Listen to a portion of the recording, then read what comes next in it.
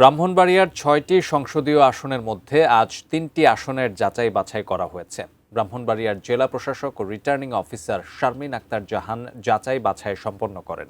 এর মধ্যে বিএনপি থেকে বহিষ্কৃত স্বতন্ত্র প্রার্থী ব্যারিস্টার রুমিন ফারহানার মনোনয়নপত্র বৈধ ঘোষিত হয়েছে।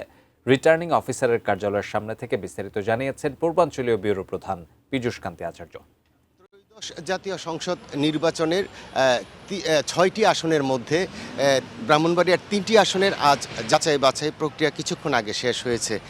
ব্রাহ্মণবাড়িয়া ১ অর্থাৎ নাসিরনগর, ব্রাহ্মণবাড়িয়া ২ সরাইল আশুগঞ্জ এবং বিজয়নগরের একাংশ এবং ব্রাহ্মণবাড়িয়া ৩ সদর এবং বিজয়নগরের একাংশ নিয়ে আজকে যাচাই বাছাই প্রক্রিয়া শেষ হয়েছে।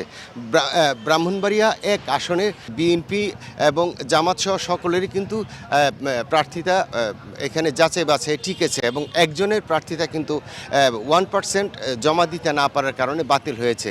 ব্রাহ্মণবাড়িয়া ২ আসনের যে এখানকার যে প্রার্থী রুমিন ফারহানা এবার কিন্তু স্বতন্ত্র প্রার্থী হিসাবে এখানে প্রার্থিতা জমা দিয়েছিলেন এবং তার প্রার্থিতাও কিন্তু এখানে আজকে রিটার্নিং অফিসার বৈধ বলে ঘোষণা করেছেন।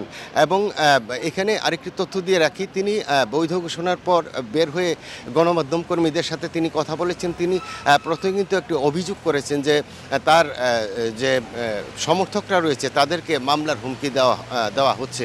এখানে ৩ জনের প্রার্থিতা কিন্তু এখানে বৈধ ঘোষণা করেননি। তো শান্তিপূর্ণভাবেই কিন্তু আজকে যাচাই বাছাই প্রক্রিয়া শেষ হয়েছে এবং আগামীকাল ব্রাহ্মণবাড়িয়া ৪, ৫ এবং ৬ আসনে কিন্তু এখানে যাচাই বাছাই প্রক্রিয়া সম্পন্ন হবে। তো এই ছিল আমার কাছে ব্রাহ্মণবাড়িয়া থেকে ত্রয়োদশ জাতীয় সংসদের নির্বাচনের যাচাই বাছাই প্রক্রিয়ার সর্বশেষ খবর।